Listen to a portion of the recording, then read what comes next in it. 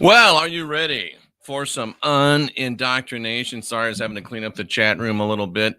Be sensible, guys. Be sensible. Glad to see you here. I'm Jeffrey Daugherty, the Christian Whistleblower, coming to you live from the heartland with the spirit of 1776 and a rebel yell. Hell yeah, we've been pushed too far. Don't push us any further. You won't like the results. We have been too decent for too long. It's time to stand up and be counted. And whatever you do, November 3rd, 2020, go out and vote Trump. Give me 4 more years to change the world. I'll do it myself. If I get a little help, we can do it even better, even faster. You know, you study for as long as I've studied, over 40 years. And sometimes you think there's can't really be anything else to learn. There can't be anything else to really dig into. It can't be deeper, can it? Well, yes, it can. And it seems like now the more I study, the more I get to the real brass tacks, if you will, the real nitty gritty, right down where the rubber meets the road, down to the studs, as they say. And we're finding out what's really going on. We're finding out how it's really going on. And we're finding out why it's really going on. And yet, it's going to be very scary for a lot of you because we're finding out that we've been really fooled for a really long time. And it's not going to be easy, but we're going to bring you the truth. And like always, I am your mailman, as Paul reminds you. I'm here to bring you the mail. What you do with it is up to you. And we're going to bring some really, really strong information today, some really, really strong data today. And I just wish that all of you would at least try the Focused Life Force Energy product. It's free to try for 15 days on your phone, 15 days on your home. And if you take it on your phone, you can take it out in the midst of all these crazy people, and you can have some influence on those crazy people, but it helps make the nutrients in your food absorb better. It is an EMF mitigator. It helps put you in a high consciousness environment. And if you have children or dogs, it is incredibly very, very effective for them too. So go to jeffreydaugherty.com, click on the fluffy whoosh, and you'll be glad that you did. And I wish you had it, because it just helps you understand so much more. It really does. It helps you understand so much more. So let's go ahead and get into this, because wow. Any kind of phone is okay, Kelly. Good question. That's a really good question. So let's talk about something that most of you have no idea about. The hidden hand of Sabbatean Kabbalah. I thought that was Sabbatean, but being the professional I am, before I went on air, I went on to one of the search engines and had them tell me how to pronounce that. And it is Sabbatean. Sabbatean Kabbalah rules the world. And you don't even know what that is. You already know what that is, ladies and gentlemen. You don't know what it is, and that's the big key. So let's get into this and let's talk about this. Let's see, I just signed up on my phone along with my home. On the phone, you get a 300-foot radius. Go to flfe.net.com. Not sure what it is. I thought it was 60 feet, but some people say it's 300 feet. So we'll see. Go ahead and check on the website. All right, folks, here we go. Let's get into this. And wow, there's 60 slides. I don't think I'll go through them all. Have you ever heard of Sabbatia Zevi? Most of you, the answer is going to be no. And frankly, not too long ago, the answer from me would have been no. But there's a great book that you should get. It's called 1666, Redemption Through Sin by Robert Seifer. And a lot of the information that we're going to go through today comes out of that book. And it's just incredibly powerful. So this is a guy who was a radical Kabbalist rabbi and he declared himself to be Messiah. Don't think that's crazy, because there's people right now on YouTube saying that they're Jesus. So, hey, it's not that crazy. But he declared himself the Messiah, and he did it in 1666. And he grew a following of 1 million people.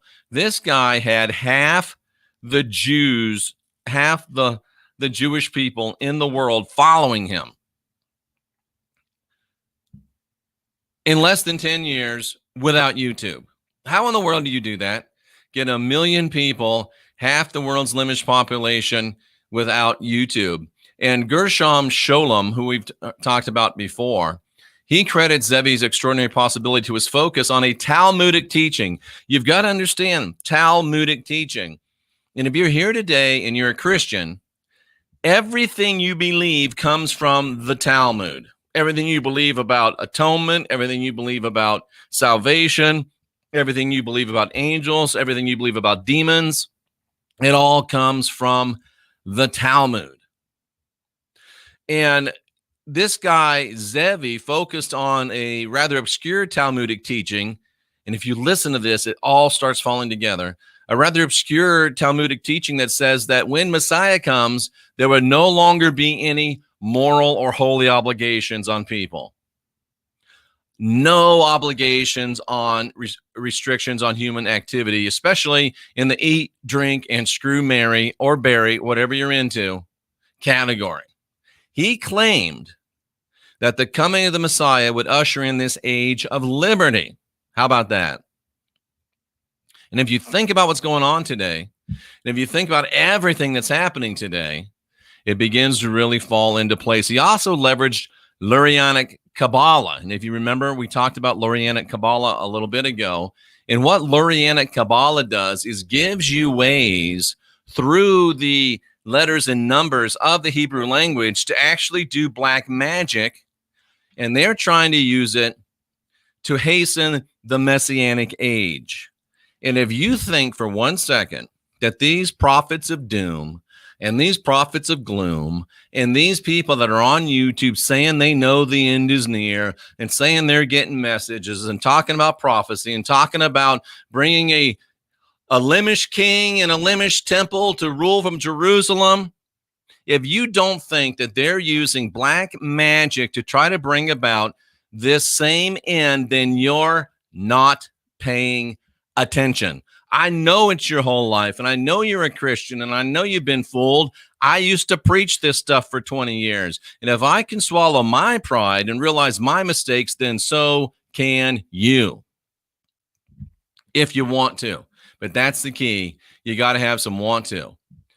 Do you know how hard it is to get half the limbs in the world to follow you in less than 10 years? Now, admittedly, promising them all the sex, drugs, and rock and roll they can stand can't hurt. But Scholem, while acknowledging the pull of this doctrine of do what you want to whatever, whoever you want, however you want to do it, whenever you want to do it.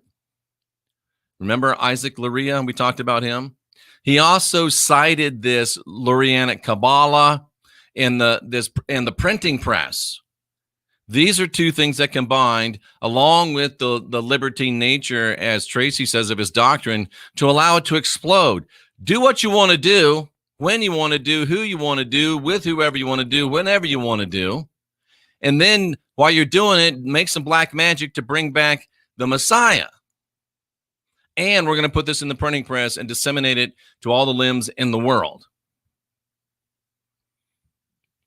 And what Lurianic Kabbalah told us, bottom line, was that any devoted limb can now learn and use a black magic system based on the Hebrew letters and numbers that could hasten the arrival of the full Messianic age. Now, there's people on YouTube right now that are teaching you, if you just use magic, you can manifest your world. If you just use magic, folks, think about what they're telling you. Think about what's happening here.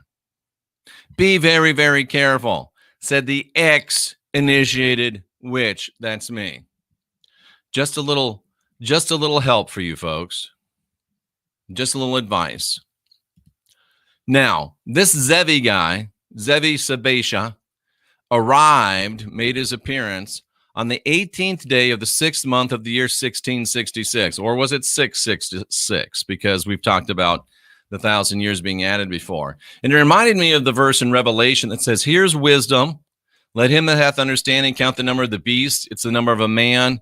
His number is 666. If you are looking for a future past 100 AD man of sin, then this guy's a pretty good bet. Of course, if you're looking for that, you don't really understand prophecy and what it is. And I believe on Tuesday, I'll be over on Rex's channel, and we're going to talk about this kind of stuff. So we're looking forward to that. Zevi was adept at the regular daily use of Kabbalistic black magic. Sholem said that there was nothing like him in stature and how his face looked. He looked like one of God's angels. And when he sang Sabbath hymns, which he did several times a day, they said it wasn't even possible to look him in the eye, in the face, because it was like looking into fire. It's also reported that wherever Zevi went, men, women, boys, girls, children of all ages would break out in glossolalia, that's speaking in tongues. And they always were speaking Hebrew,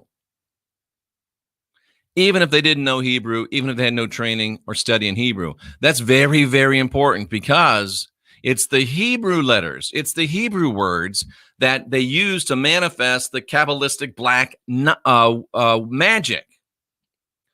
And in my personal opinion, as I look at this and evaluate this, it seems like Zevi was using mind control to get other people to verbalize his Kabbalistic black magic, therefore increasing the power of what he was trying to do. And if you think about it, folks, when you've got the limb-controlled media of today,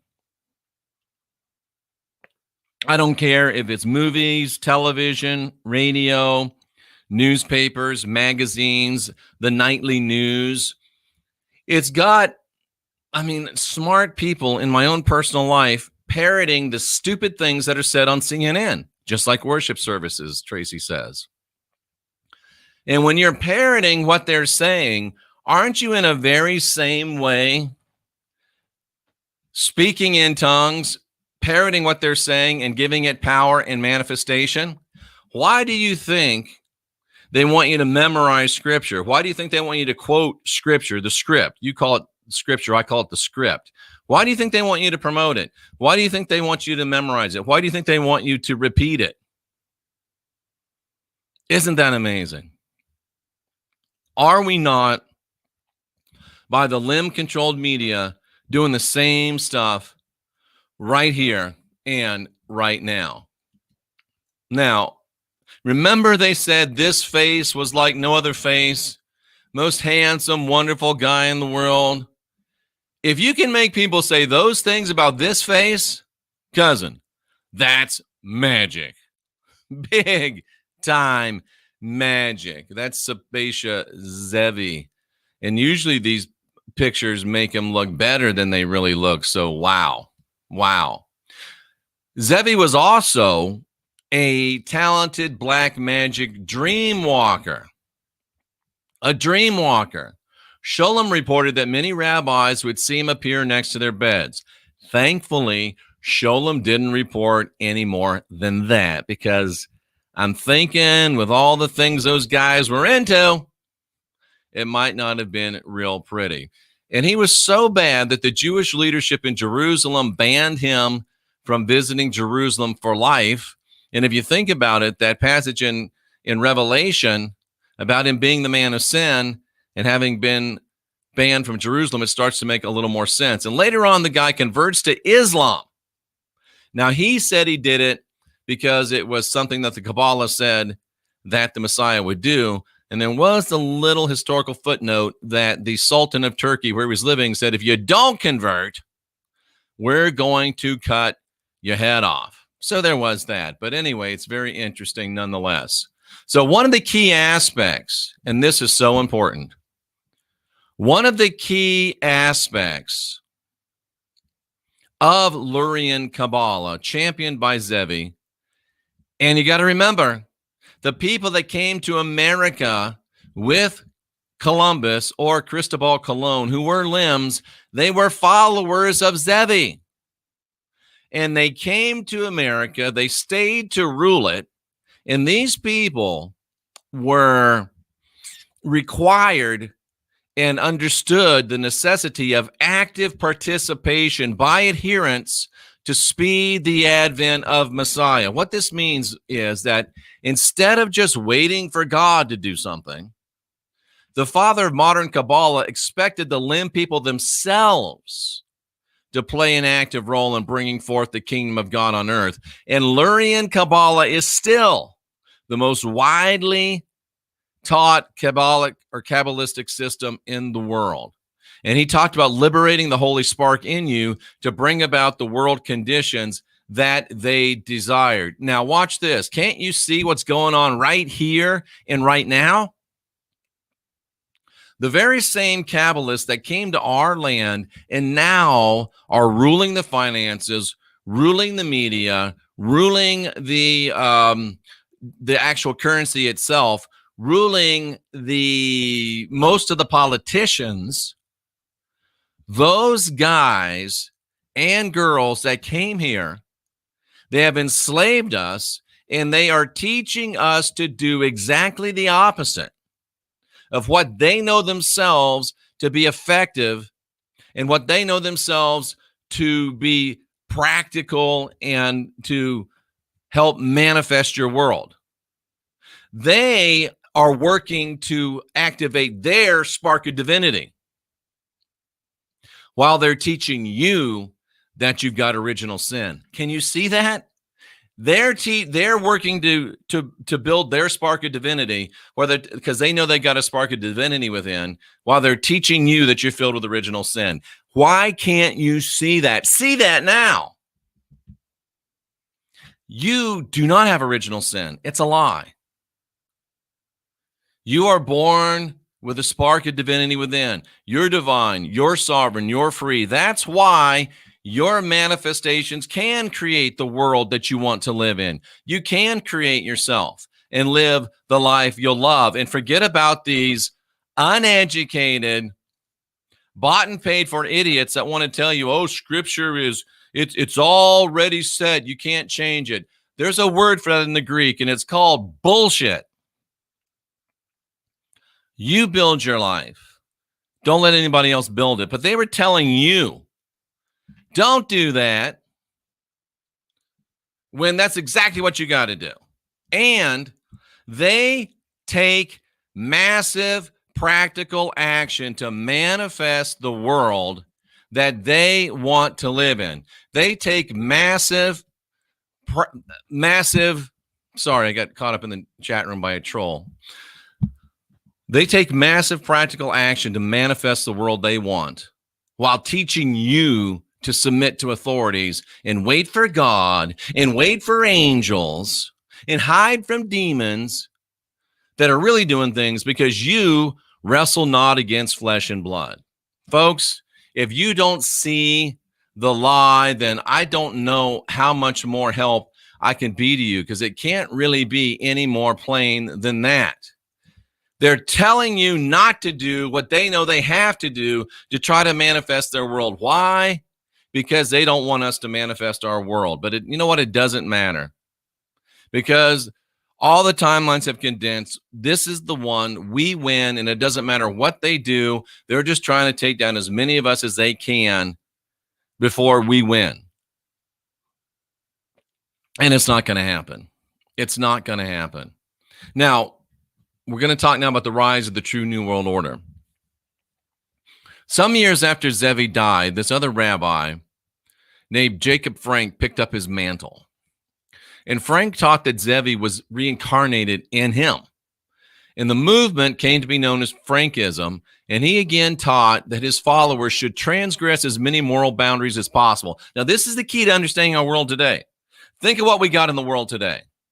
We've got people saying, if you're born a boy, it's all right transgress that boundary and you could become a girl. And more than that, they've got teachers in kindergarten, first grade, second grade, teaching our children, you might be a boy.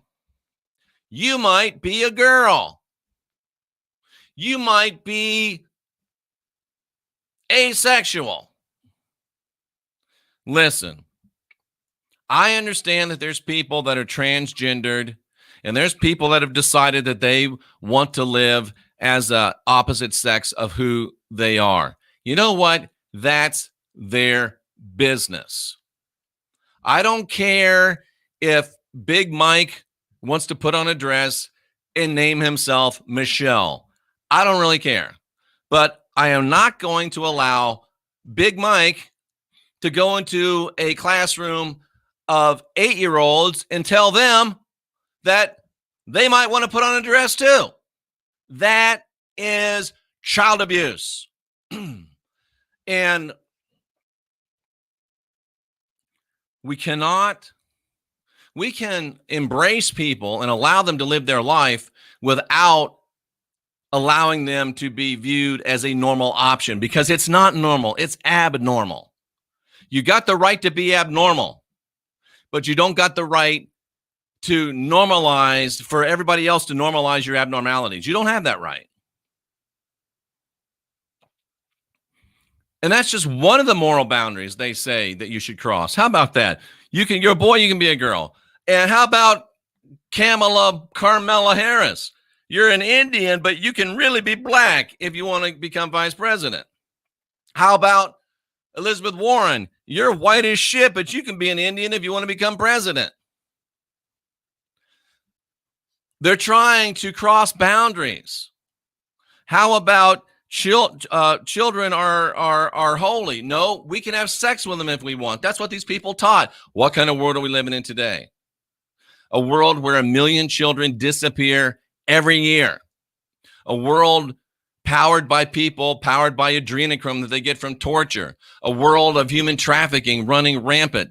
We live in a world where they're trying to transgress as many moral boundaries as possible and then trying to force us to say it's normal. It's not. And we've drawn the line in the sand. We're not going to be pushed any farther. And we're not going to allow you to do this anymore. We understand what you're doing. And we're calling you out, and you're done. Think about it. If you were them, and you've made black magic Kabbalah mainstream so you can employ more power in manifesting your world, what do you really need? You're like Scotty in Star Trek. Captain, I need more power. How do you get more power? Through human torture, through human sacrifice, through ratcheting up human fear and anxiety. Let's burn some cities. Let's loot some stores. Let's march on people's neighborhoods. Let's force people to wear a diaper on their face. Let's scare the hell out of everybody so we can get more power. Let's abduct and torture and kill and drink 1 million children a year so we can get more power. And how do you get people to accept this? How do you get people to do this? You get them to do it by teaching them that it's a sacrament. You're doing this because it's your way to divinity. Didn't God do this? They open up the script and they say, look, God did this. Are you not a God? Then why aren't you doing it? If you want to be like him, you've got to do it. Well, guess what? I don't want to be like that God. They teach that the way to divinity is to copy what divinity has done. And it's plain and clear in your Bible, Christians, what your God does. He kills children. He eats children. He rapes women. He destroys lives. He kills anybody that pisses him off. And they want you to think that's your way to divinity. That's your way to be like him. But guess what? TikTok, his time is up. It's over. And you'll wind up at the same bad end that he will. You teach them it's a sacrament. You get them drunk. You get them stoned. You get them sexed up.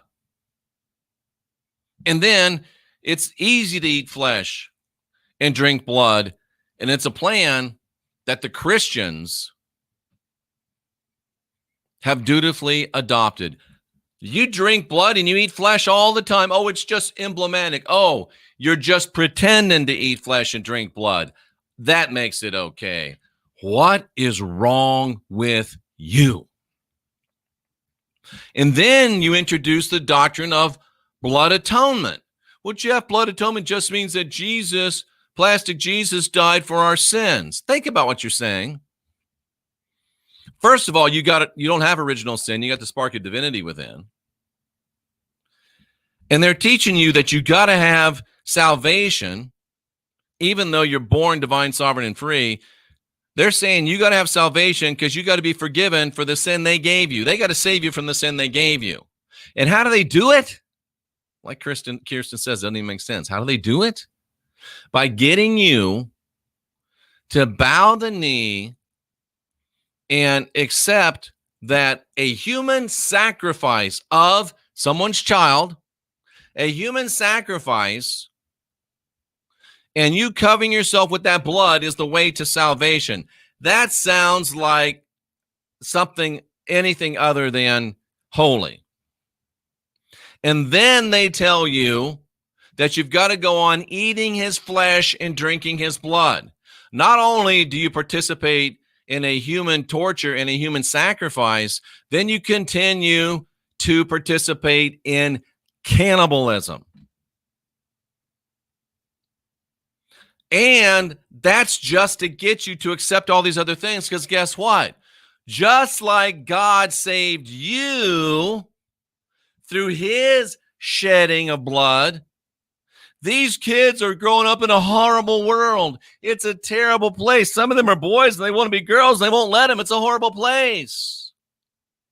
So what we can do is we're trying to be gods.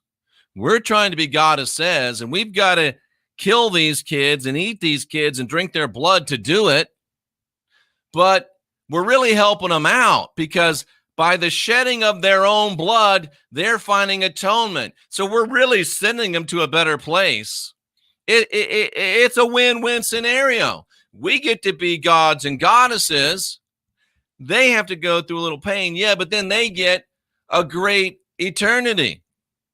This is the lie that's going on. This is the lie that you have bought in Christianity. And you can see them creating fake people to create chaos and then harvest the resulting fear from the populace. And I'm not just talking about Antifa. I'm talking about the Bible, the script. You call it the scripture. It's really a script. And it's as plain as the flags behind me. Why won't you see it? You notice I didn't say, can't you see it? Why won't you see it? Why won't you see it now?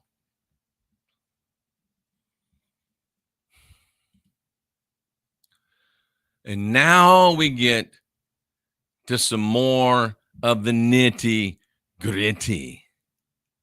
Jacob Frank, the guy who started Frankism, the guy who took over the reins from Sabbatean Kabbalah, he entered into an alliance with Adam Weishaupt and Meyer Amschel Rothschild. You ever heard of those people before? And they started a little club that they called the Order of the Illuminati. And they started their stated objective was to undermine world power structures and usher in an era of global communism. Look around you right now. What does Black Lives Matter want to do? Establish Marxist communism. Their leaders have admitted they're Marxist communists. What does Antifa want to do? They want to usher in Marxist communism. Their leaders are stated Marxist communists. What does Pelosi and Schumer and Schiff, who we're getting to, want to do? What do their doctrines and policies add up? What does AOC and Tlaib, what does it all add up to?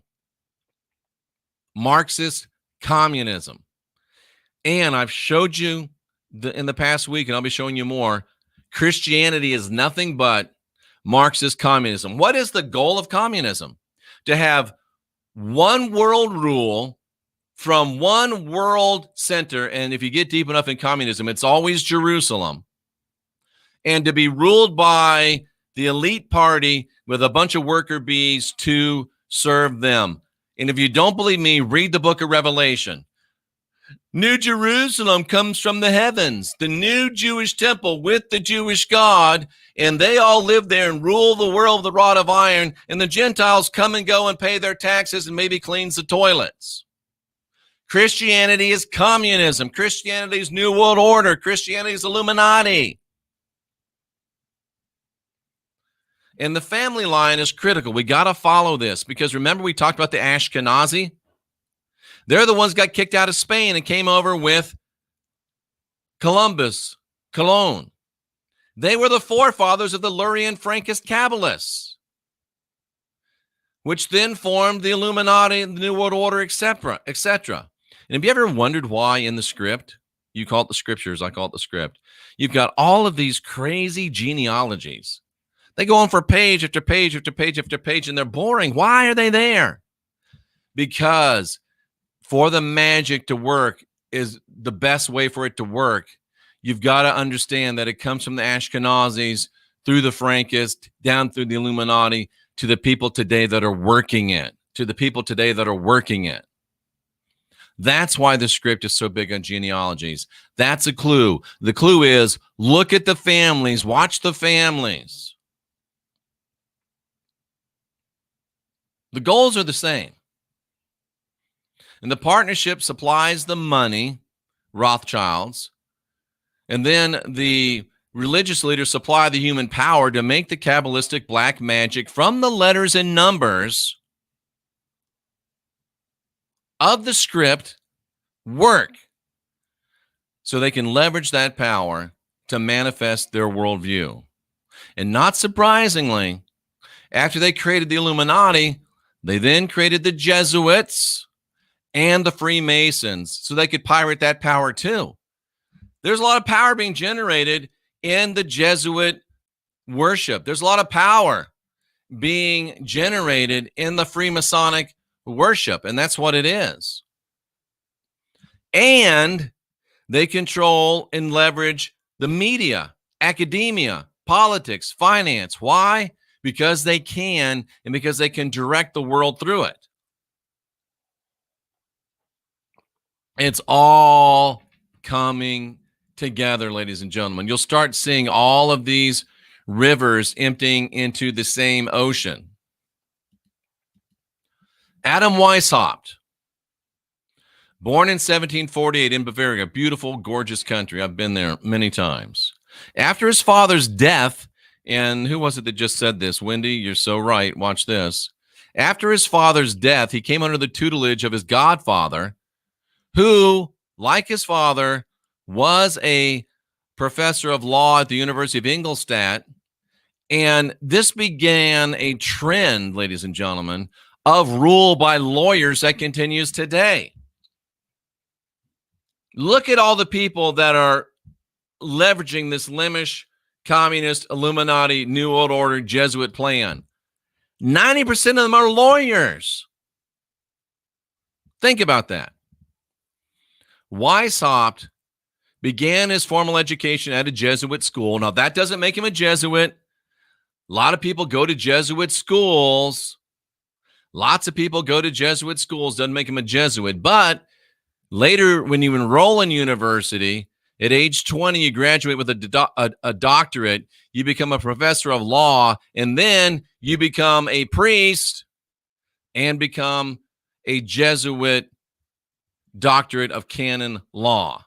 That makes you a Jesuit. So he was definitely a Jesuit. Think of that.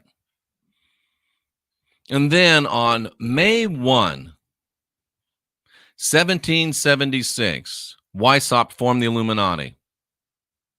Do you think that had anything at all to do with what happened a couple months later in Philadelphia on July 4th, 1776? And Tracy just expertly points out a great, great truth that lawyer originally meant an expert in Torah, Talmud. Thank you, Tracy. That's a great point. Think about it. Stop voting for lawyers.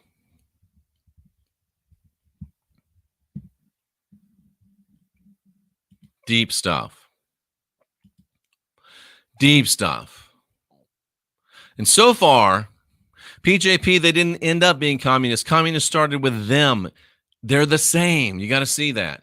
So far, we've got the Limish, the Conversos, which are basically just limb people that converted to Christianity so they wouldn't get their heads chopped off and so they could hide within it and manifest through it like we're seeing today. The Black Magic Kabbalists, the Jesuits, the Freemasons, and the Illuminati. What a club. And here, Christians, you hate to hear this, but all Christian writings and all Christian doctrines spring from the Jesuits, the Freemasons, the Kabbalists, and the Talmud. So we really can add Christians to the list. The Kabbalah and almost all Christian doctrines come from the Talmud. Do you know what the Talmud is? The Talmud is the oral traditions of the scribes and the Pharisees. And I got news for you too. Again, I'm pissing people off. Might as well piss everybody else off. The Essenes. Oh, the Essenes. We love the Essenes. They're so holy. We love the Essenes. Do you know that if you bothered to do any other research outside of a stupid book that some stupid woman wrote, that you will find that the vast majority of objective, scholarly, empirical experts agree there were no Essenes. And if they were just a radicalized sect of the scribes and Pharisees. And you know what the Essenes, if they existed, I don't think they did, were known for? Taking in orphan children. Oh, I get it. I get it. And why do you think one of the codes within the script, because the script by natural laws got to give you some codes so you can understand that it's really a book against you and you can find some truth in it, but most of you should leave it alone. It's too dangerous. But one of the codes is beware the leaven of the scribes and Pharisees, which includes the Essenes. And what does beware mean? It doesn't mean be afraid. It doesn't mean be scared. It means be aware. Oh, shit. Be aware. Understand that the scribes and the Pharisees and the Essenes, they're all the same thing, and their leaven is very dangerous. Why is leaven very dangerous? Because if you remember from the script, another little code, leaven, even the littlest bit of leaven, what does it do? It works through the whole lump. Even the tiniest, little bittiest part of leaven will work its way through the whole lump. Jeff, I'm not baking a cake. What are you trying to talk to me about? What is leaven? Leaven is the doctrines, the teachings of the scribes, the Pharisees, the Essenes, the Nag Hammadi. That's what that is. And if you have even a little bit of it, it's going to work its way through the whole lump. It'll work its way all the way through you. So, Jeff, what are you trying to say? I'm trying to say that many of you, because of your cognitive dissonance, that many of you, because of your desire to fit in, why the world do you want to fit in? I don't care if I fit in.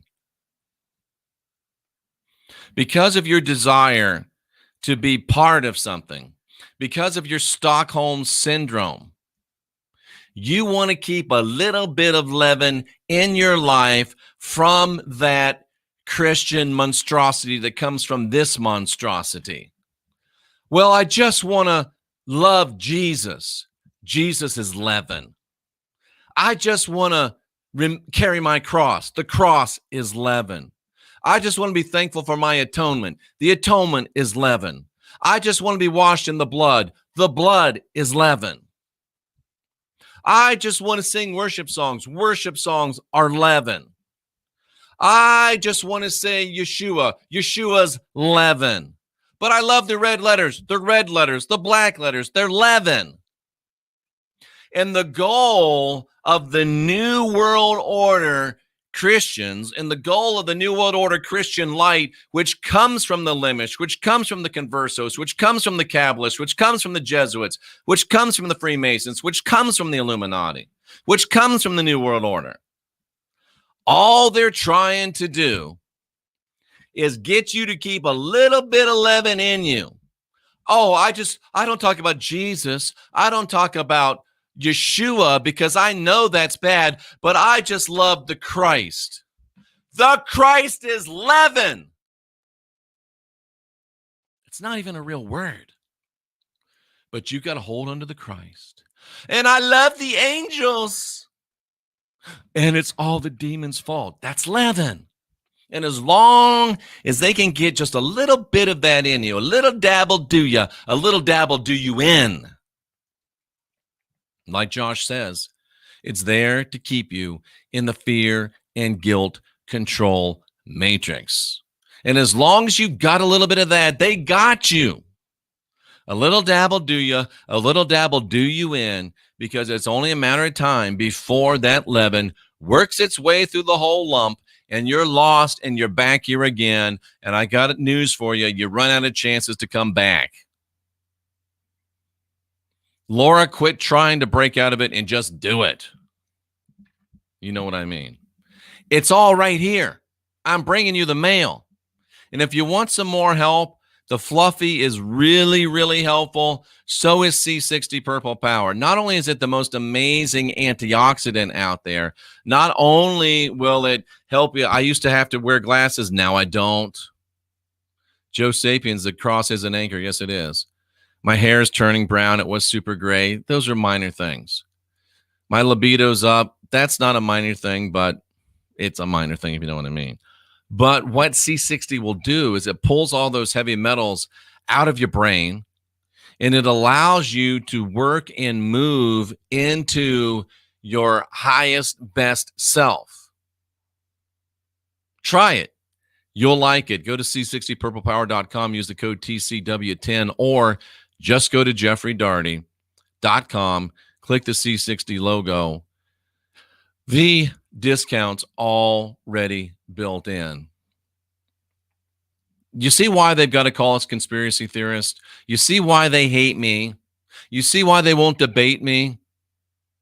Do you see why they won't even address me?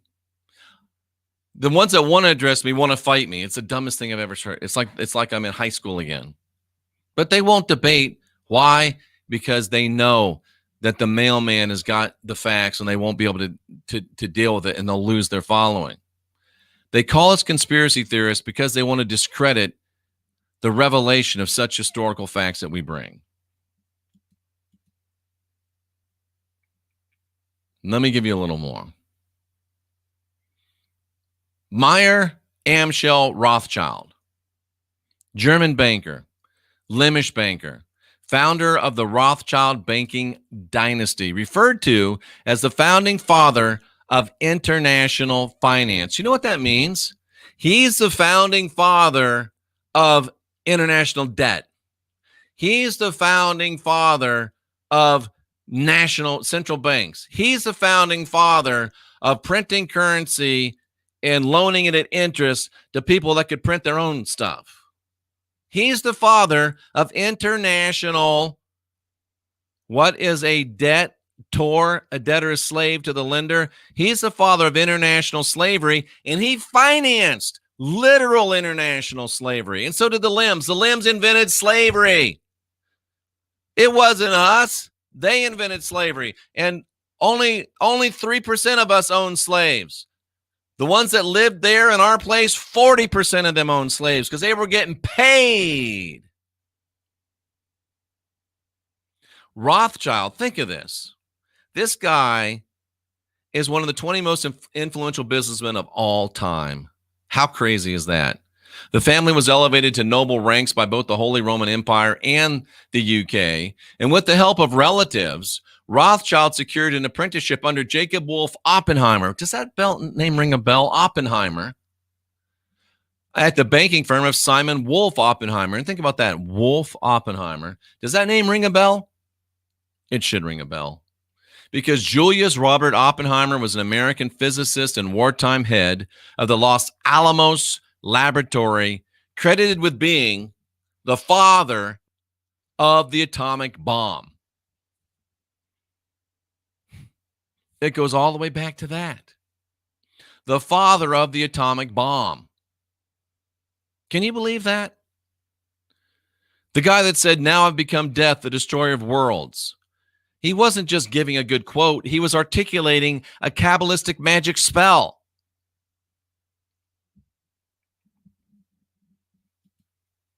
And there he is. Guess what? Oppenheimer was born in New York City to a wealthy Lemish family.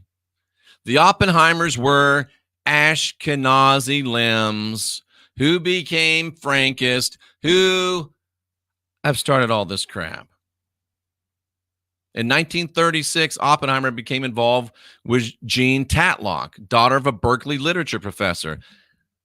Here we are again, academia, literature. She was a student at Stanford. They had similar political views. She wrote for the Western Worker, a Communist Party newspaper.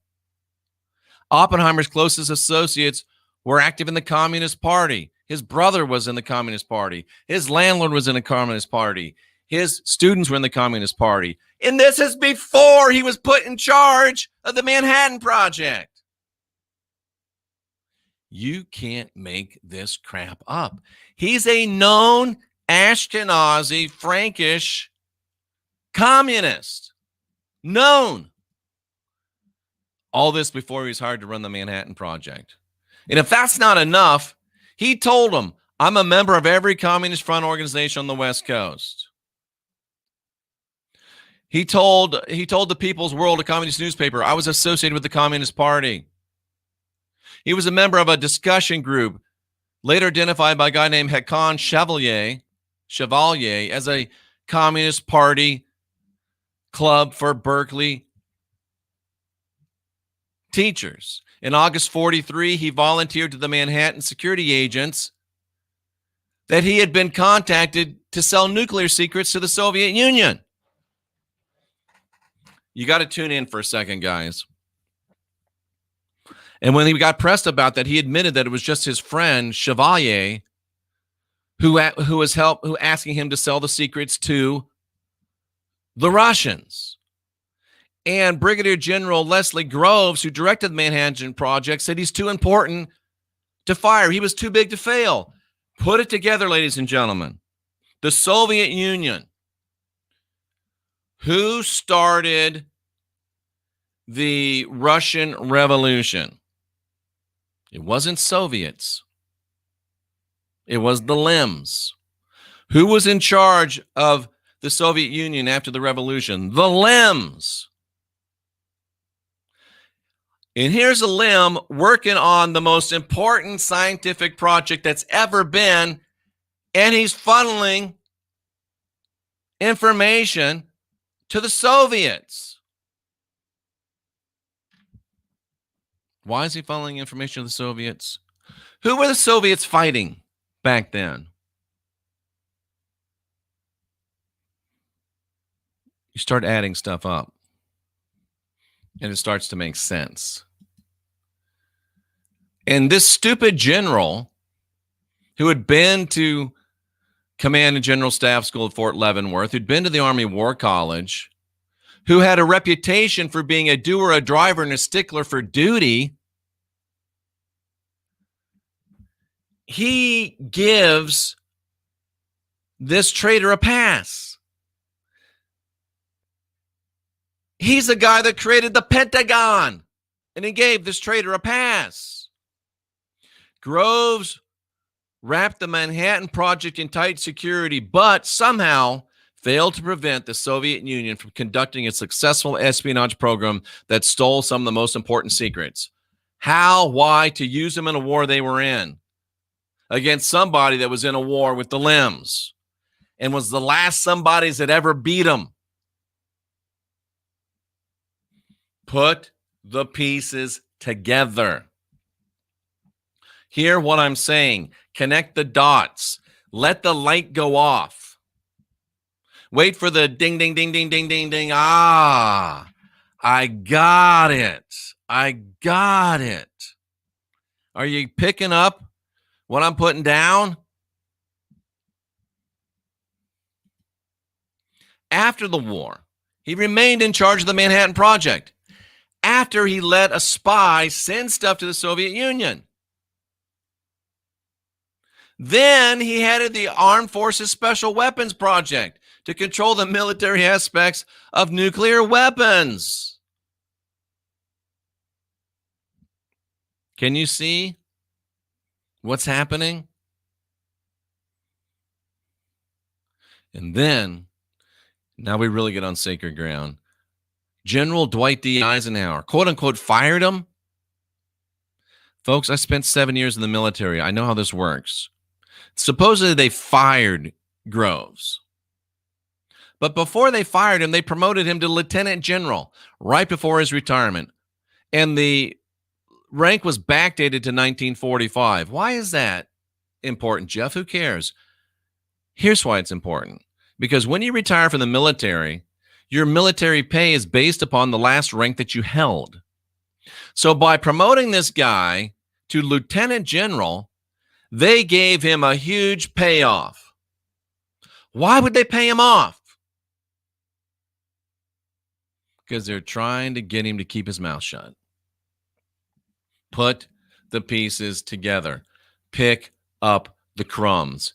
He went on, ladies and gentlemen, to become vice president at Sperry Rand, who's a major American equipment and electronics company. Today they exist as Unisys. They've been part of Honeywell, Lockheed Martin, Raytheon, Northrop Grumman. What do? Artificial Horizon, aviation instruments, autopilots, bomb sights, ballistic computers, gyro gun sights, aviation, and regular computers. If you can't see what's going on, I can't make it any more plain. I literally can't because I'll get kicked off of YouTube. It's easy to see if you let yourself see it. Yeah, we're going to go here. I don't know how long I'll go today, but we're going to go here today. Think of these implications, ladies and gentlemen. Let me put it together for you as much as I can. You've got the limbs. You've got the conversos. You've got the black magic Kabbalists. You've got the Jesuits. You've got the Freemasons. You've got the Christians. And if we follow the trail into modern times, we can now add the very heights of U.S. military intelligence, the Communist Party of the USSR. For those of you that are too young, that's a union of Soviet Socialist republics. That was the old Red Russia, all working together. And I know this is going to upset some people, but working together with the limbs, the conversos, the Kabbalists, the Jesuits, the Freemasons, the Illuminati, the Christians, the communist, military intelligence was Dwight D. Eisenhower. I don't like Ike anymore. I used to like Ike. I don't like Ike. Who would go on to be the president of the United States. This calls into serious question, ladies and gentlemen. Just who and what Eisenhower saw and made deals with in his famous meetings in the desert at Holloman Air Force Base and or Edwards Air Force Base. Aliens make a great cover story, and it's interesting the use of that word aliens. Jeff, what are you saying? Man, if I could get another cup of hot coffee, I would be so happy. If only. What are you saying, Jeff? What if it wasn't aliens at all that Ike met with and negotiated secrets with? What if it was the Soviets? What if it was the Soviets? What if it was the Soviets? Well, Jeff, that is outrageous. Remember this guy? General George Patton. Old blood and guts.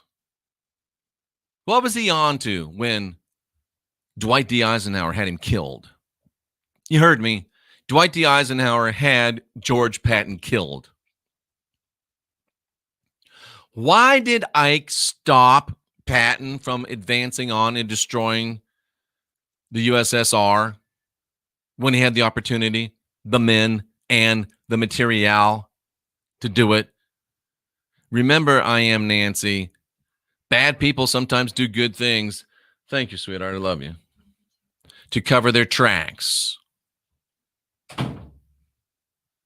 Based on what we now know about the Manhattan Project and Oppenheimer, Patton,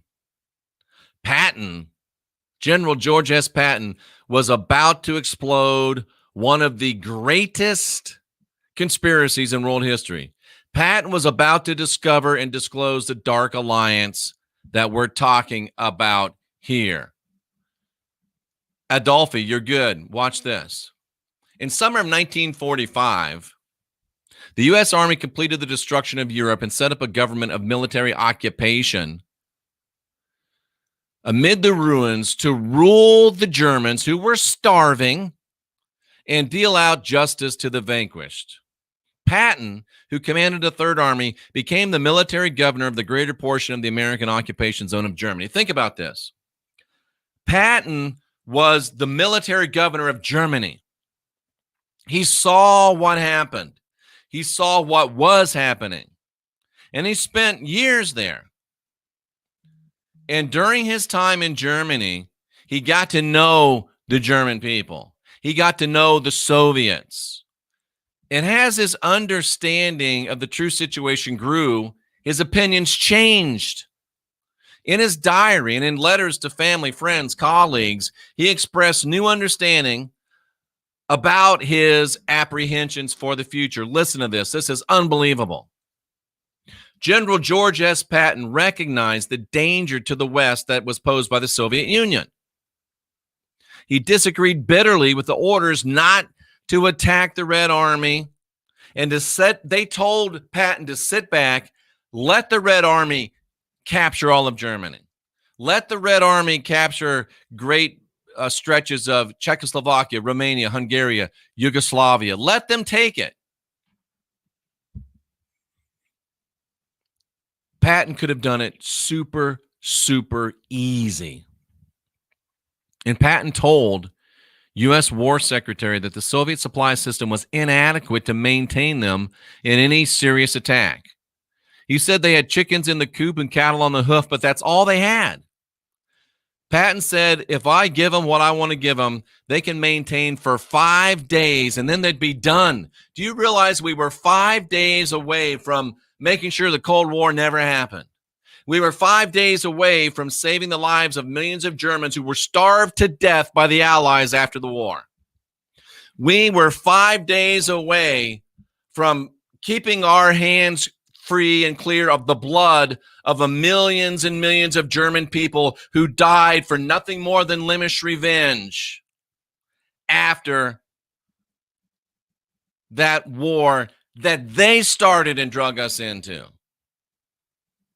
5 days away, and 5 days away from General George S. Patton spilling the beans.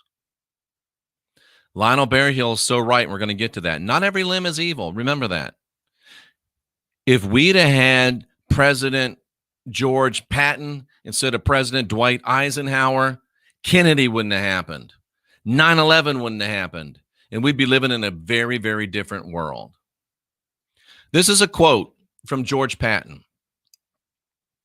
After that, it would have made no difference how many men they gave. After 5 days, it would have made no difference how many men they have. If you'd have wanted Moscow, I could have given you Moscow. They lived on the land coming down. That means as they traveled, they'd take people's stuff, eat it, put it in there, and gasoline and so forth. There's insufficient left for them to maintain themselves going back. Let's not give them time to build their supplies. If we do, then we have victory over the Germans and have disarmed them, but we have failed the liberation of Europe and lost the war. According to General George S. Patton, we lost the war. Patton's urgent and prophetic advice went unheeded and only served to prove Patton's feelings regarding an alien conspirators behind the scenes in New York, Washington, and Moscow. George S. Patton said there were alien conspirators, and they want us to believe that Eisenhower met with somebody from Mars or something.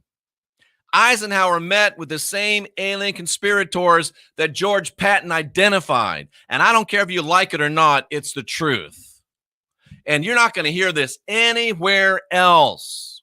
That's why I want you to subscribe to this channel. That's why, if you can, I want you to support this channel because we've been demonetized. That's why I want you to get other people to listen to this stuff.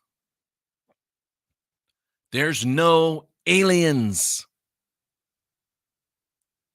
Patton was telling us who the aliens that Eisenhower met were. And I know that bothers some of you. Oh, I want to believe in aliens and angels and demons. I wanted to believe it's all out there. Because if it's all out there, you can't do anything about it. You can't do anything about aliens. But you can do something about flesh and blood humans that are opposing us. Start to think about it. Start to put it together, folks. It makes perfect sense. Patton came to understand the true nature of the people for whom, in his words, World War II was fought, the limbs. Of the limbs swarming over Germany immediately after the war, Patton found their personal habits shockingly uncivilized. Patton said, these people don't understand toilets and refuse to use them except for repositories for tin cans, garbage, and refuse. Like Nika says, hi, Nika, nice to see you.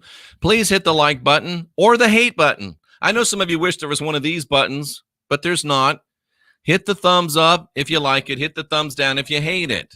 Because if you like it, you want more people to see it and hear it.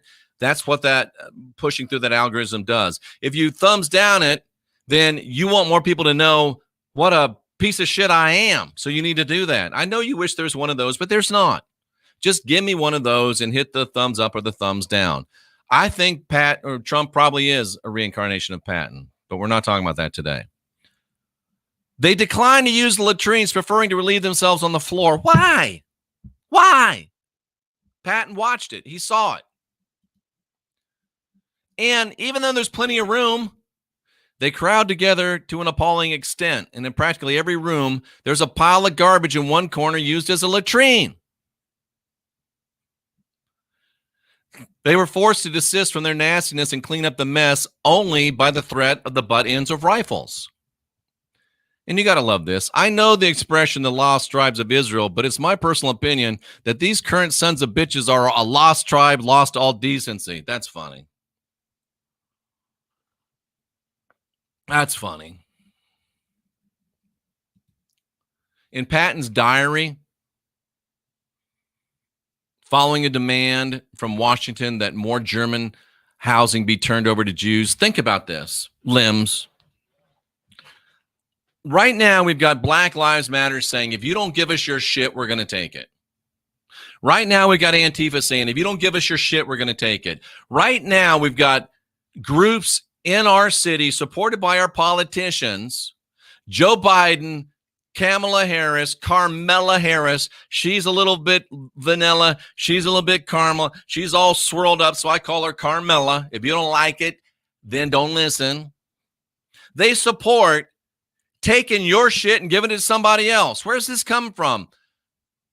Patton, military governor of Germany. They say, look, we want you to kick Germans out of their houses and put limbs in their houses. Patton's like, what? He was demanded that more German housing be turned over to the limbs. What did Patton say? Patton said, evidently the virus started by Morgenthau and Baruch of Semitic revenge against the Germans is still working. Because U.S. State Department officials said that German civilians should be removed from houses for the purpose of housing displaced persons. I am frankly opposed to this war criminal stuff, said George Patton. It's not cricket, meaning it's not kosher, and it's Semitic. It was caused by the limbs. I'm also opposed to sending POWs to work as slaves in foreign lands. Do you know how many Germans who had surrendered, the war was over, and they sent German slaves back to the Soviet Union, and they died in the gulags, where many will be starved to death. Over 1 million Germans starved to death by the Allied forces. You don't hear about that, do you? It pissed Patton off. Now it's important to notice, and I'll probably end with this. I don't know how long I'll go. It depends on how many stay, to be frank with you. We got a good group in here. The virus started by Morgenthau and Baruch. This shows that this guy was more than just a killing machine. It shows that this guy had great personal insight. He was a student. He studied history. He studied human nature. He studied what was going on. And he had investigated personally the events that led to World War II. Morgenthau, who he referred to, was an Ashkenazi limb who taught and practiced law. Are you seeing a trend? In Frankfurt before immigrating to the U.S. in 1937, where he helped lead Limmish efforts to drag the U.S. into World War II after it was clear that Germany had won, by ratcheting up vicious false propaganda in the heavily pro-German USA. Bernard Baruch, if you don't know who this is, you need to do some more studying. He was also born to a Limmish family in South Carolina, making him the undoubted descendant of slave traders and owners. This guy right here was one of the creators, perpetuators, and he got rich off the institution of slavery, and they blame us for it. It wasn't us, it was them. Baruch became a broker and then a partner at A. Houseman and Company. With his earnings and commissions, he bought a seat on the New York Stock Exchange. He bought a seat on the New York Stock Exchange. He amassed a fortune before the age of 30 by leveraging those old slave ties to profit from speculation in the sugar market while plantations were booming in Hawaii. He used his old slave networks to get rich. Baruch. He founded the Intercontinental Rubber Company, dominated the rubber market, again leveraging his slaving heritage. And he had some partners that you might understand or have heard of. Nelson Aldrich, Guggenheim, Rockefeller, Foster, Peabody. In 1910, he was one of the best Wall Street financiers. And just to make the slavery claim even more credible, in 1925, he endowed the Daughters of the Confederacy. His mother had been an early member of the organization because 40% of the limbs in the Confederacy owned the slaves. Less than 3% of non-limbs in the Confederacy owned the slaves. Understand what I'm saying to you. In 1916, Baruch left Wall Street to advise Woodrow Wilson. I could show you comic strip after comic strip of Baruch walking Wilson like a dog with a chain around his neck, a leash around his neck. And he became on the advisory board of National Defense. What the hell does a broker know about national defense? He's given them the money. He made war with the War Industries Board. He made war big business. He personally managed the U.S.'s economic mobilization during World War I The U.S. had no desire to enter World War I, but Barack Obama, Bernard Baruch, he conned Wilson to go back on his word and bring the U.S. into the war in order to steal Turkish Palestine and give it to the limbs.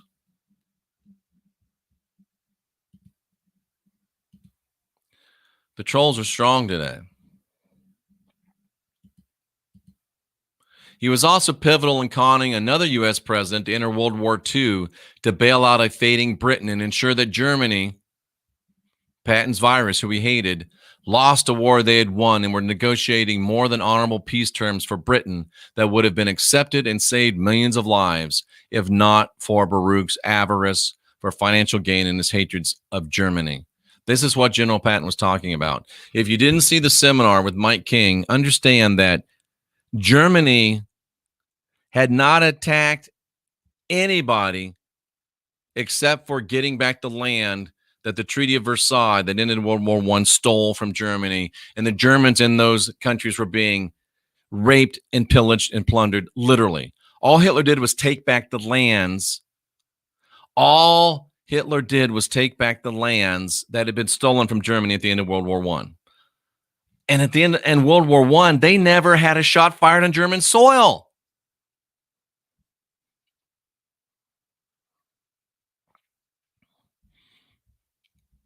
Hitler had just defeated the Britons at Dunkirk.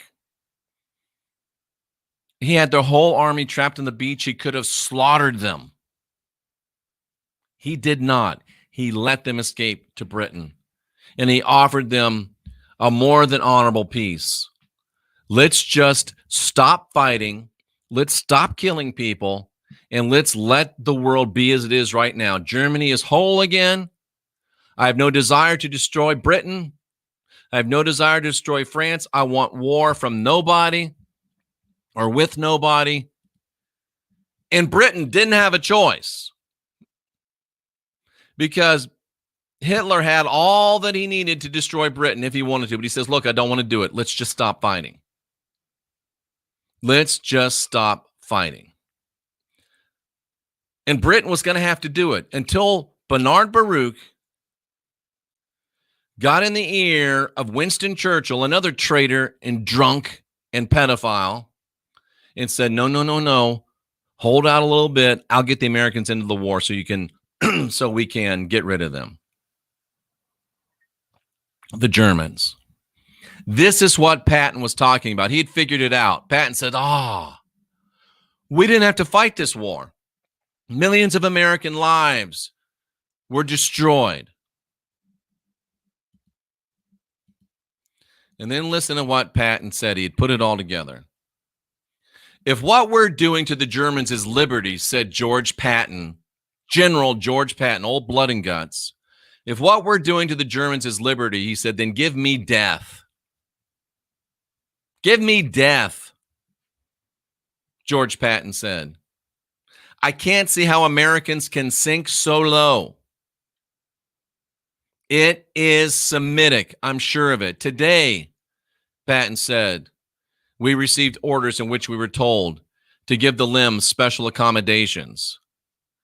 If we give the limbs special accommodations, he asked, why not the Catholics, the Mormons, etc.? We're also turning over to the French several 100,000 prisoners of war to be used as slave labor in France.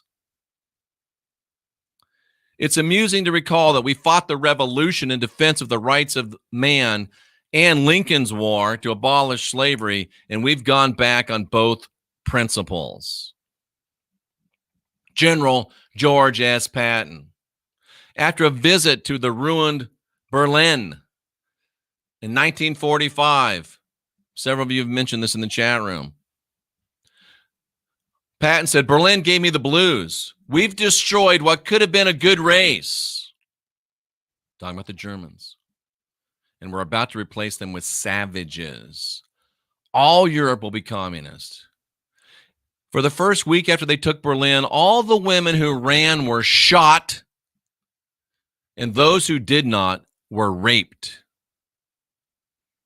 I could have taken it instead of the Soviets had it been allowed. How many women were shot?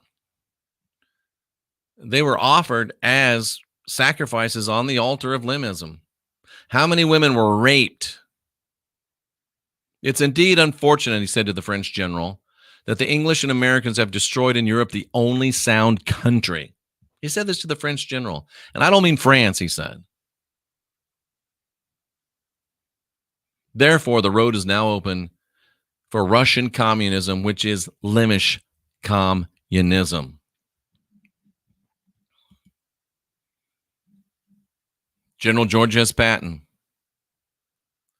It's very apparent that Semitic influence in the press is trying to do two things. Number one, implement communism. And second, see that all businessmen of German ancestry and non-Limish antecedents are thrown out of their jobs. The Nazi thing is just like a Democrat-Republican fight. When I finish this job, Patton said, I will resign, but I won't retire because I will still have a gag in my mouth if he retired. He was just going to resign. Don't give me my retirement. Don't give me no money. I quit so I can talk and speak my mind. I am not going to start a limited counterattack, which would be contrary to my military theories. But I'm going to resign, reject their money, and I'm going to start an all-out offensive. Patton was going to run for president and tell the people exactly what the hell went on. Patton was going to run for president and tell the world what the hell was going on. And Eisenhower had him killed. Eisenhower had him killed. We'll stop there. Eisenhower had him killed. Wow. We'll set the table for the next section with this. Jacob Frank expanded Zevi's idea of debauchery as liberty because he made it mandatory. He made it a sacrament. Zevi had just said, look, if you want to kill babies and screw kids and drink blood, literally, he said this, you can. Then Jacob Frank comes by and says, look, it's only by having sex with men, having sex with women, having sex with children, raping children, drinking blood, eating flesh. He literally said this. That's the only way to make it to your full divinity. And what do you have today in the Christian church? The only way to get saved is to accept a human sacrifice of torture and then to regularly drink and eat the blood and the flesh of the victim. That's the only way you can be saved. You're living, you Christian. I said the other day, there's only two types of Christians left. The pathetic, because you've never learned to study this for yourself, or you don't want to, or the psychopathic, because you know when you're still doing it. But then there's the pathetic. There's the pathological. And then there's the patriots, baby. And you pathetic, lead, follow, or get the hell out of the way. You psychopaths, lead, follow, or get the hell out of the way. You've pushed us too far. And we're back, baby. It's not an option anymore. It's mandatory, just like it is for you Christians. Here, right there in this, lies the start of ritualized child torture and sacrifice in the modern world, including the Christian world.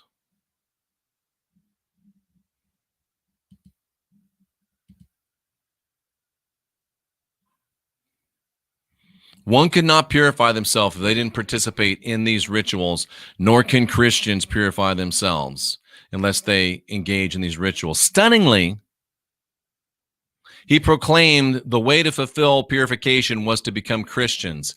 He said the only way that they can really become totally pure is to become Christians.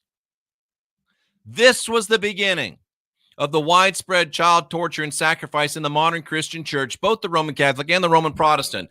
These people have become Christians, Roman Catholics, Roman Protestants, Christian lights, just like the idiots you see on YouTube. And most of the ones you see preaching, teaching are the black Kabbalists, the pathological. The rest of the people that are Christians that aren't the black Kabbalists, they're the pathetic. They do what they're told. They buy what they're sold because they want to be part of something.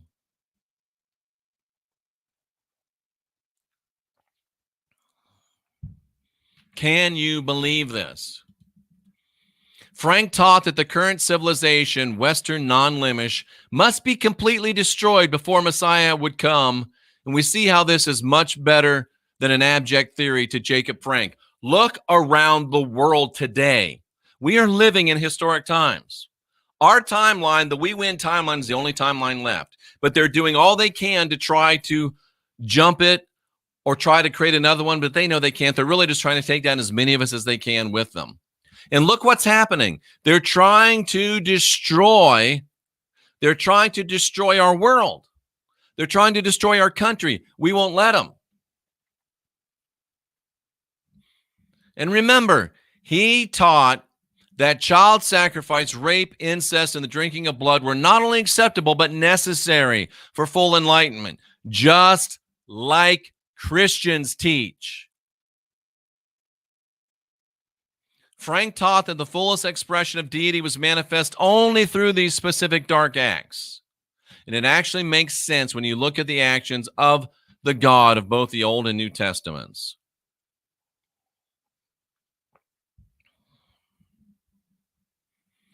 Astrid says, I would never believe about these atrocities committed by the limbs. Remember, it's not just the limbs or the thems, it's you. It's you. It's you. Because you're complicit. Christianity is Limish. Who wrote the Old Testament, which is part of Christianity? Limbs. Who wrote the New Testament, which is part of Christianity? Limbs. What was your Jesus character? A limb. What were you? Matthew, Mark, Luke, John, all of the disciples? Limbs. Where'd they go on Saturday? Synagogue. What's the ultimate end game of the Bible? A Limish God reigning from a Limish throne in Jerusalem over the whole world. And you call me the Antichrist. You call me stupid. That's how this horror found its way into American Judaism and both houses of Christianity. Frank taught that the fullest expression of deity was manifest through these specific dark acts. I can't believe that you can't see this. On May Day, 1776, May Day, an event took place that would give a band of American colonists across the Atlantic the final push they need to act on July 4th. Because it was on May Day, 1776, that Frank joined an alliance with Weishaupt and Rothschild to form the modern Illuminati. Weishaupt provided the conspiratorial and paramilitary resources of the Jesuit order, and Rothschild brought the money. What did Frank bring? He brought 50,000 fanatical supporters, but more importantly, he brought the means to spread the Illuminati doctrine far and wide through his vast contact network across the Jewish, the Roman Catholic, the Roman Protestant, and the Islamic worlds. Because I didn't tell you, but Zevi, his followers converted to Islam. Frank's followers converted to Christianity. Come on, man. Think about it. Their limbs, the original Abrahamic religion. Frank brings in Christianity, Abrahamic religion. And Zevi had already brought in the Islams, or it's the other way around. All three of the Islamic religions wound up in it. Okay? Laura hits on a great point. We've been focusing on just the limbs for so long. It's not just the limbs. It is not just the limbs. It's a dark alliance. Weishaupt, no surprise, born to Jewish Kabbalists, educated by Jesuits, became a converso. He became a converso. What did conversos do? Conversos pretended to be one religion when they were another. Remember I talked about the other day, those pretending, the synagogue of Satan? The synagogue of Satan is not limbs who say they are but aren't. The synagogue of Satan is Christians who say they aren't limbs but are. Are. Take notes, Nika. Weishaupt arranged the date of the Illuminati founding based on Kabbalistic magical numbers.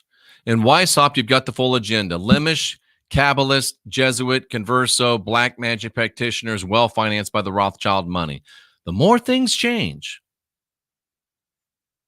the more they stay the same, ladies and gentlemen. Cristobal Colon was Christopher Columbus. The Illuminati had the following stated goals. Abolish all monarchies and governments. Are they still trying to do that today? Yes.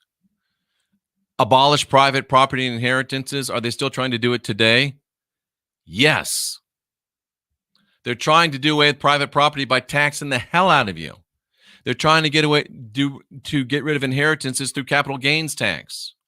And who's trying to reduce property tax and capital gains tax? Oh, that's right. President Trump. They're trying to get rid of patriotism and nationalism. Who's stopping that? Oh, that's right. MAGA, baby. Who's trying to abolish family life and marriage? By what? Rampant LGBTQ agenda. And establishment of communal education for children. Because remember, as Hillary says, it takes a village. And of course, they want to abolish all other religions. And in 1777, the Illuminati, oh my gosh, here we go, making another turn. In 1777, the Illuminati entered into cooperation with all the Masonic lodges, especially the Grand Orient, with the purpose of infiltrating them. The Grand Orient was the largest of several Masonic organizations in France and the oldest in continental Europe. It's the mother lodge of all Freemasonry. And the Duke of Brunswick, Grand Master of Germany, said by 1794, the Illuminati controlled all the Masonic lodges in Europe. And in time, they controlled the Masonic order worldwide. And just like every limb is not in on it, not every Freemason knows this. In fact, very few of them do. Very few of them do. Very, very few of them do.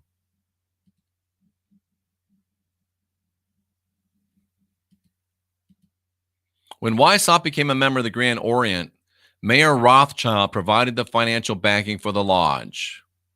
According to Rabbi Marvin Antleman, Rothschild convinced Weishaupt to accept the Frankist doctrine. That Frankist doctrine is the kill, eat. It's Christianity. Drink the flesh, or drink the blood, eat the flesh. And Weishaupt accepted what Rothschild was teaching in order for the money. He sold out. But not just for that lodge, but for Illuminati as well. Rothschild wanted to use Masonry to aid in the Frankist aims to underline religion and install a global government with a Limish king ruling from Jerusalem. Did you hear what I just read? Rothschild wanted to use Freemasonry to help establish a global government with a Limish king ruling from Jerusalem. That's what the Bible teaches. So if the Bible teaches the same thing that the New World Order, that the Illuminati, that the Jesuits teach, then Christianity is part of the Illuminati. Christianity is part of the Jesuits. Christianity is part of the New World Order.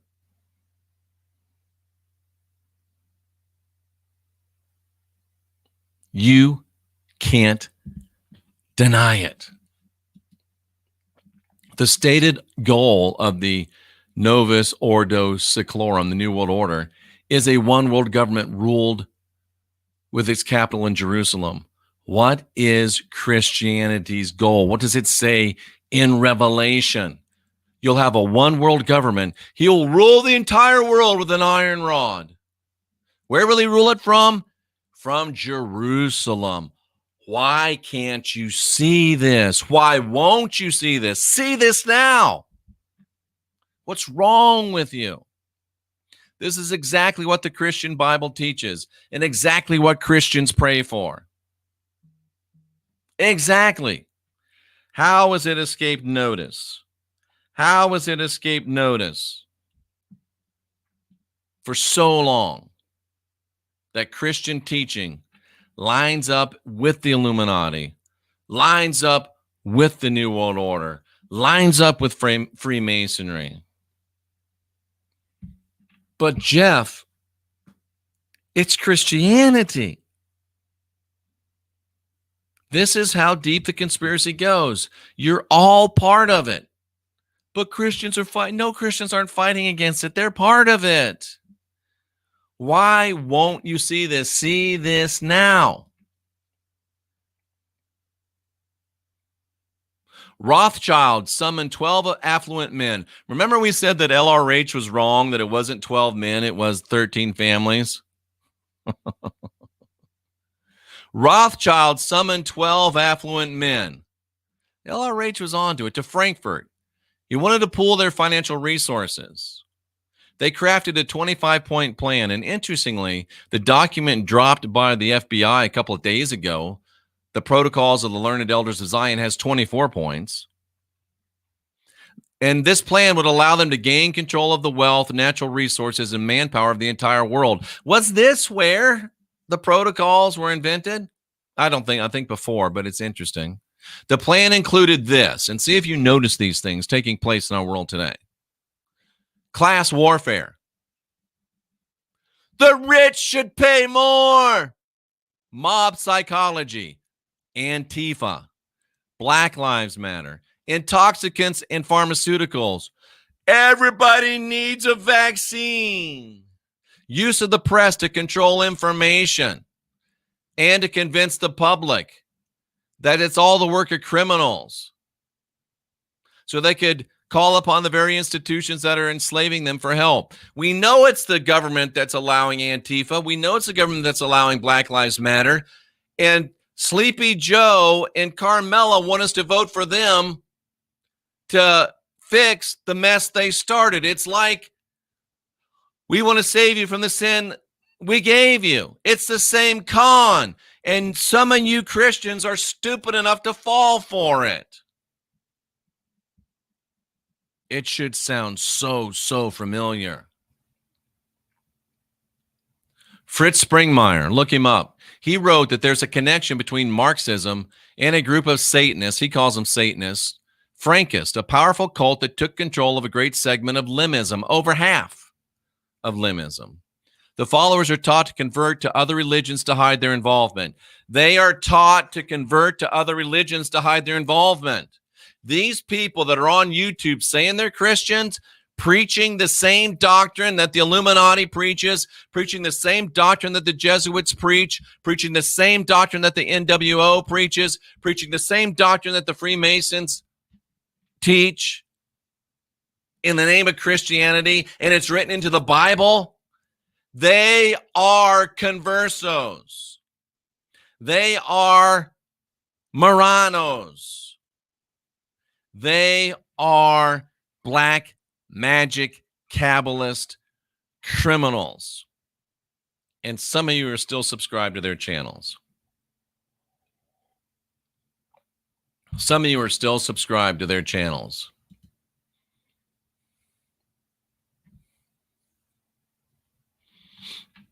And the guy that put out this book, he got indicted for armed robbery and got sent to prison.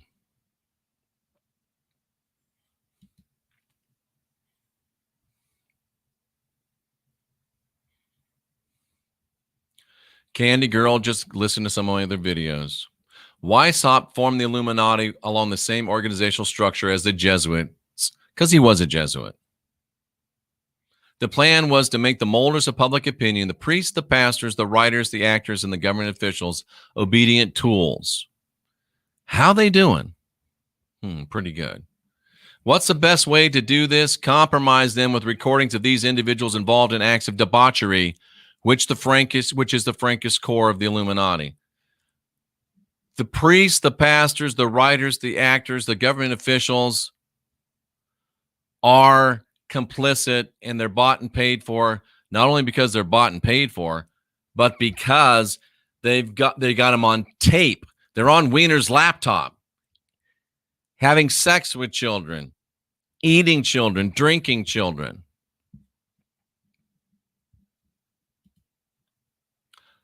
And we had to get to Shifty Schiff. In 1785, Rothschild moved his entire family into a 5-story dwelling he shared with the Schiff family.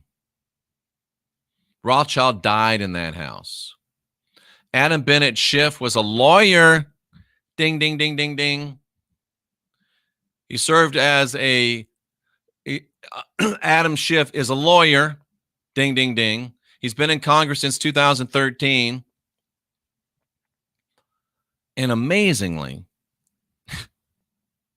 he's on the House Permanent Select Committee on Intelligence. He was raised in a Limish family. Ding, ding, ding, ding, ding. And his sister's married to George Soros' son. Ding, ding, ding, ding, ding. I'm going to keep going because you keep staying. We're entering into Pharaoh territory here. How about the Skull and Bones, Freemasonry, and the Christian Cross? How about that?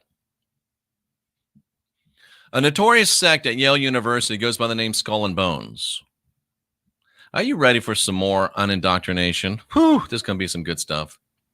Dr. Kathy Burns wrote a book called Masonic and Occult Symbols Illustrated. And she says that the sign that Constantine saw in the sky was not a cross. It was an X. And in modern magic, it's the sign of the slain and risen Egyptian god Horus, which is another version of the risen Hiram Abiff of Freemasonry. And of course, you've got the slain and risen plastic Jesus, because nobody beats the Riz. Part of the Illuminati plan is to hide in plain sight. And it's obvious to any objective observer that Christianity is part and parcel of the New World Order cabal. During their time in the Holy Land, the Templars became familiar with both Limish sects and with Kabbalah, which is a little bit redundant. And in the Hermetic Kabbalah, the skull and bones relate to the Cairo, symbolizing time, death, and rebirth. Christians, plastic Jesus is called the Ancient of Days, time, and he had a death and a rebirth. Christianity cannot escape culpability as being one of the great stalwarts of the New World Order. And I challenge any of you chicken bitches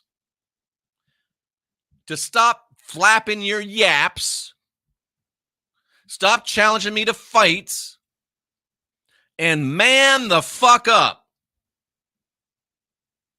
And come on this channel or on your channel, better yet on your channel, so your people can see you get your ass handed to you. A scholarly, moderated, Robert's Rules of Order, scholarly debate. Where are you bitches now? You can talk your shit, but you won't bring it to a mic, will you? No, you won't. I'm waiting, but I won't hold my breath. Uncle Quester, I've had not one but two, and if I name their names, you'd know them. They want to literally have a fist fight like 14-year-olds.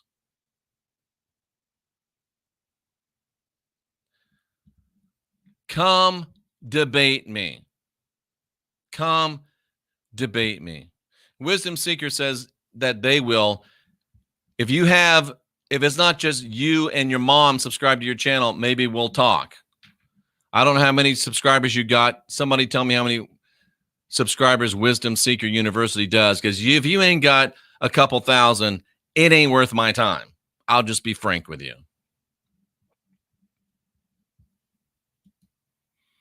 How do you like that? The Ouroboros of deception. And why do I call it the Ouroboros of deception? Because it all comes back to the same place. It goes round and round and round. Well, then, no, Wisdom Seeker University, no, I won't. I ain't got time for little natty bitches like you. The Illuminati was preceded in the 1500s in Spain by the Alumbrados. The Alumbrados. A Christian heresy started by Converso Marrano crypto limbs. What is a Converso Marrano?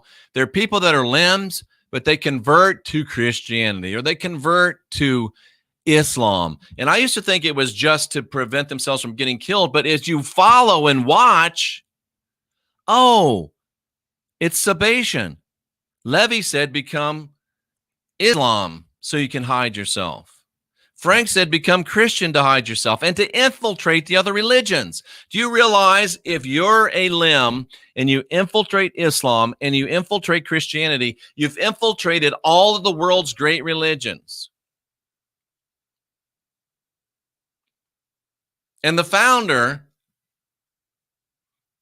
and it goes back to the beginning because Columbus was a converso, the founder of the Jesuits, Ignatius of Loyola. Ignatius of Loyola was an Alumbrado. You can't make this up. The guy that started the Jesuits was an Alumbrado who started the Illuminati. Oh, I'd debate somebody that had 10,000 followers. The founder of the Jesuit order was an Alumbrado. People argue, oh, it's the Jesuits. No, it's the limbs. No, it's the Illuminati that's causing all the trouble. It's the same bunch of bitches. It's divide and conquer. And just to show you how it's the same thing, it's the same thing. Remember Luria, the father of modern Kabbalah? He was a follower of Loyola. They shared the conviction that the magical work must be done to bring about prophecy. And no doubt they had a great influence on the Ephesians 6 delusion, which is you don't wrestle against flesh and blood. Worry about angels, worry about demons. While we're working magic to bring about prophecy, and we're getting you to say the words, Jesus is coming. That's black magic Kabbalah.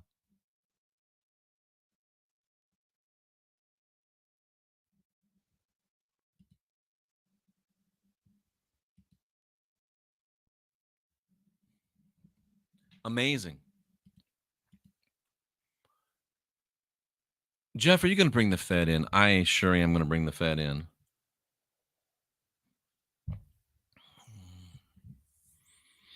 In a letter to his agents in 1863, Rothschild banker John Sherman characterized the Illuminati's proposal for a national bank to finance their occult agenda.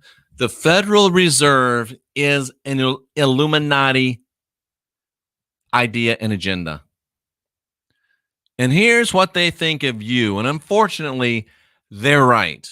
I'm trying to change it, but they're right. And most of you don't want to be changed. The few that understand will be interested in a central bank because they can profit by it, or they want its favor, so they won't oppose it. But the people that aren't mentally capable of comprehending, they'll bear its burden without complaints, in spite of their own suspicions that it's not in their best interests. The Fed is a 501c3. Hello, Christians. Do you know what your church is? It's a 501c3. Do you know what the Fed is? It's a 501c3. The Federal Reserve is no more federal than Federal Express.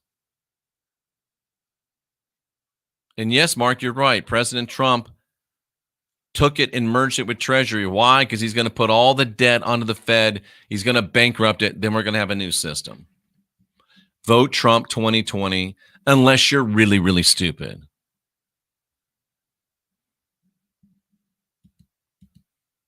John Sherman, the guy who came up with this idea, John Sherman would go on to become the Secretary of Treasury. There's a surprise. He was a lawyer. And do you really want me to bring it together? I mean, do you really want me to bring it together? You really want some receipts? His brothers were Hoyt Sherman, who was a banker, Charles Taylor Sherman, who was a judge, and the infamous piece of shit General William Tecumseh Sherman, who murdered and burned hundreds of thousands of innocent civilian lives in his march to the sea, which began by torching Atlanta. They destroyed our gallant nation because our gallant nation was the last best hope for the expression of the spirit of 1776. And if you don't like that, you can unsubscribe right now. They destroyed our gallant nation, the Confederate States of the Confederate States of the Confederate States of America, because we were the last best hope for the true expression of the spirit of 1776.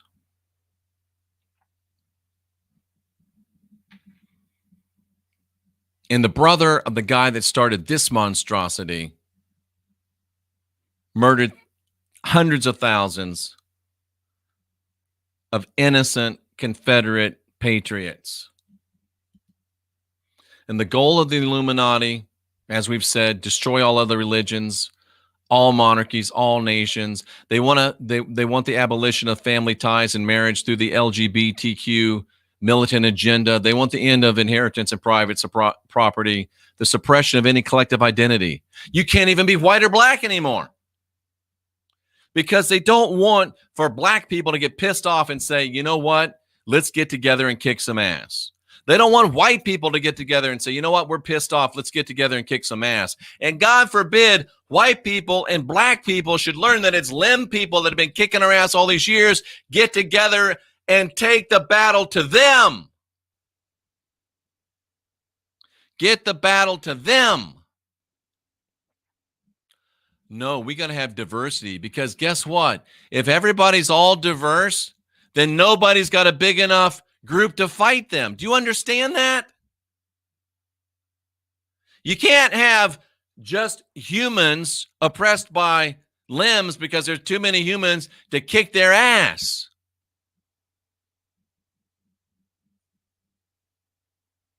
You can't have white people all one because we'll kick their ass. You can't have black people all one because they'll kick their ass. So we got to have diversity. You can't even have just men and women. You got to have all these in-betweens.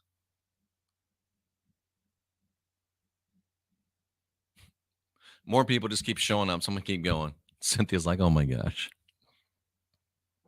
And here we go. Somebody talked about this earlier. The Jews and the Illuminati agenda. It's easy to blame the Jews for everything. And it's also inaccurate. It's also inaccurate, which makes it wrong. Blaming the Jews for everything is wrong. Do you hear me? Do you hear Jeffrey Daugherty looking into the camera in front of a original Betsy Ross 1776 flag and the stars and bars of the Confederate States of America, saying it's wrong to blame all Jews for everything? It's also inaccurate, as Jewish author Henry Markow in his book, Illuminati, the Cult That Hacked the World, correctly states. Most Jews are unaware of the Illuminati agenda. They are manipulated and compromised just like everybody else. Most Jews aren't any smarter than most of yous. Can I be frank? The Illuminati hides behind the skirts of ordinary Jews. The cult that hijacked the world is a small nucleus of Kabbalistic bankers and Masons based in London and directed by the House of Rothschild. I think Rex said Tuesday. Let me see. Rex said Tuesday, 8 p.m. Mountain Time. Boom. Jeffrey Daugherty on Leak Project. Don't worry, Rex. I won't say any of the words I'm not supposed to say. Original Judaism was based on the moral code of Moses. This is very, very important. Henry Ford did try to warn his generation. That's why in the Cousins Club, we're talking about the International Limb that Henry Ford wrote. This is important. Whether you like it or hate it, original Judaism was based on a moral code of Moses. Wasn't a particularly wonderful moral code, but it was a moral code.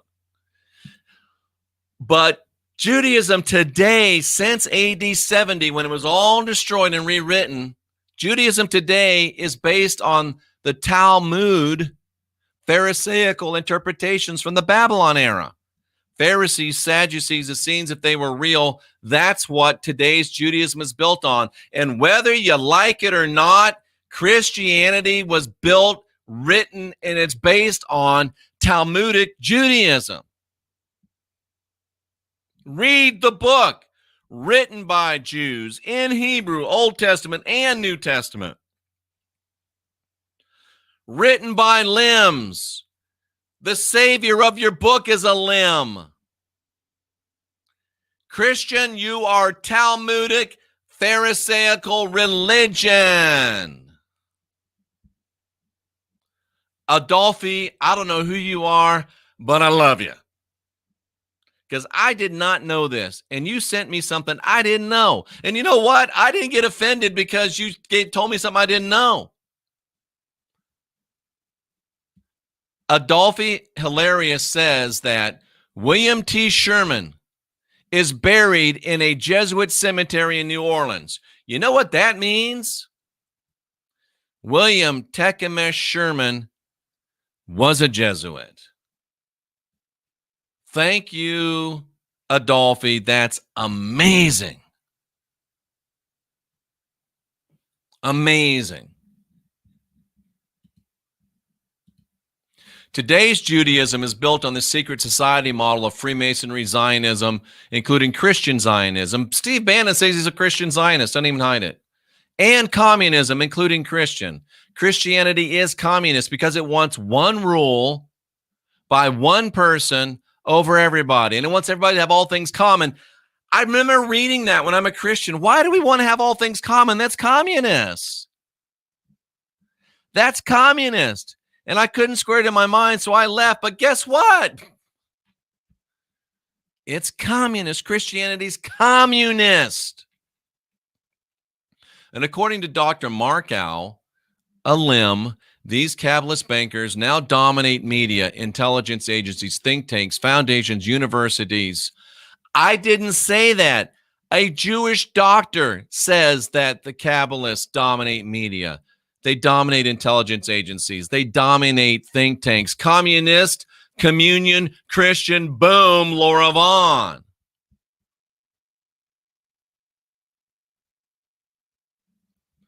Dr. Markow says that feminism. I heard Cynthia talking with one of her daughters today. Do you know they've destroyed American women by feminism? And they destroyed the American family by feminism. All these New World Order, Illuminati, communist, Zionist, Christian, activist, Limish, maybe not Christian. They started this push so women can go to work just like men. So women can be out of the house just like men. Mac Cow's how you pronounce his name. Great. Who cares? But thanks. Feminism destroyed women. The LGBTQ militant agenda is destroying the family. Unchecked immigration and favoritism to non-white minorities. It's part of an agenda to destroy the white European character of Western society. David Duke didn't say that. Dr. Mac Cow, a Jewish man, said that.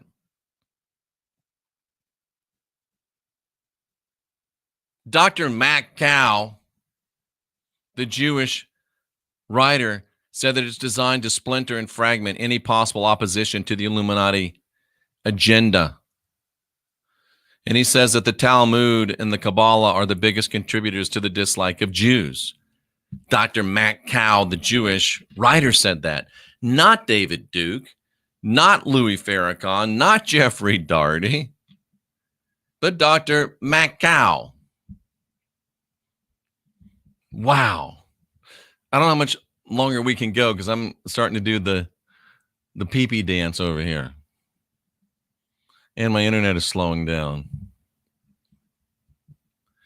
In the 1890s, the Illuminati and the Rothschilds in particular were coming under increased scrutiny and criticism. So you know what they did? They bought the media. They bought the Reuters news agency, which begins the now almost complete trend of controlling all media outlets. And then Jacob Schiff, remember that name, Schiff? He set up the Anti-Defamation League, which is set up to slander anybody and anyone that ever questions or challenges the Illuminati Limish agenda as anti-Semitic. Since then, the media rarely reports on their owners, the Rothschilds. Did I get through all those slides? Oh my goodness, I can't believe I did it. That was 60 slides, guys. 60. You guys are great. You're the last generation of real humans. Ask questions, question answers. You got mail. I'm Jeffrey Daugherty, the Christian Whistleblower. For Tracy Dyer and our other great moderators, for the lovely Cynthia, I salute you for being here, seeking after truth. And cousins, through rain, snow, sleet, dark of night, I will not neglect my appointed rounds. And even on Sunday, you got mail. I salute you for being here, seeking after truth. We'll see you again real soon.